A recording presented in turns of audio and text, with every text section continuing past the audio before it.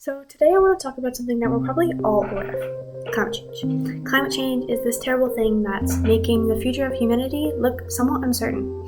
It's causing our planet to heat up, it's causing more natural disasters, it's causing our poles to melt, it's causing so much bad stuff to happen in this world. And when we look at what causes it, a lot of it comes down to CO2 emissions. So carbon dioxide is a greenhouse gas, and basically what it does is it acts as a blanket for our planet and traps the sun rays, and as a result causes the temperature to go up. And we humans emitted 41 billion tons of CO2 in 2021.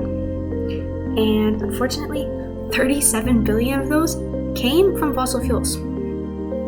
Fossil fuels supplied 84% of our energy in 2021. And even if that they didn't cause all this terrible CO2 emitting stuff, we would run out by 2050. So it's pretty clear that fossil fuels are just not sustainable, especially if we want to actually make our future a bright one. So it's pretty clear that we need to switch away from fossil fuels and to more renewable sources of energy, things like solar, wind, nuclear. But there are a couple key factors that are preventing us from doing that. The first one is the energy density. Fossil fuels are incredibly energy dense, and switching away from that might mean that it's a bit harder to get the same amount of energy. The second one is the infrastructure. We've been using fossil fuels for so long that we already have the infrastructure in place to use them, and it costs a lot of money, so switching might be expensive. This brings me to my next point, the cost. The cost of renewables has the potential to be higher than the cost of fossil fuels, because with renewables, the cost of the generation and the storage has to be less than the cost of fossil fuels for it to be cost competitive. And the fourth reason, this one is the most significant.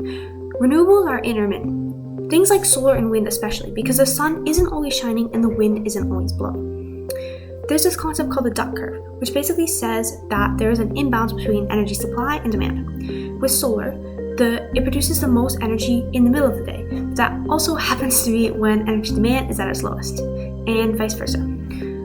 So we might not always have energy when we need it, and we might have too much, and this puts stress on the grid. So all of these things are pretty bad, but they can all be solved with a field called material science.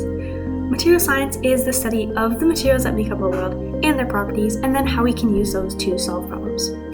So we live in a physical world, and everything comes down to the materials that we use. Okay, let's imagine that the metaverse didn't rely on materials. It does, because you need the semiconductors to build the transistors to power your computer that is allowing you to be in the metaverse. So absolutely everything comes down to the materials that make up our world. But let's go back to renewables. When it comes to energy density, we are able to make these energy sources more energy dense. I'll give you an example. Perovskites for solar panels. With the addition of this one mineral, we were able to make solar efficiency go from 15% to 25%, and it's expected to keep growing. Another example would be wind turbine blades. By using lighter materials, we're able to make the blades bigger and more efficient. Okay, the next thing, infrastructure.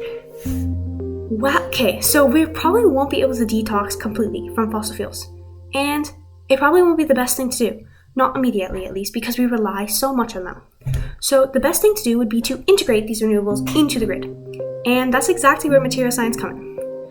We can use things like batteries to help smooth out the duck curve and store that energy, which can then be exported out later. And material science is creating new advanced battery types that can hold up better to this long-term storage. We can also use material science to make modular, portable renewable energy systems. So you don't even need a whole large-scale infrastructure redo, which is pretty exciting.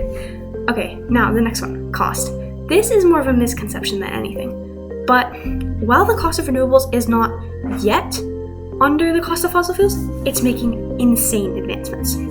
The cost of lithium-ion batteries has fallen 97% in the past 3 decades. This is insane. The cost of solar has fallen 36%, and the cost of wind has fallen 23% between 2010 and 2019. So we're on a pretty good path. And then finally, intermittency.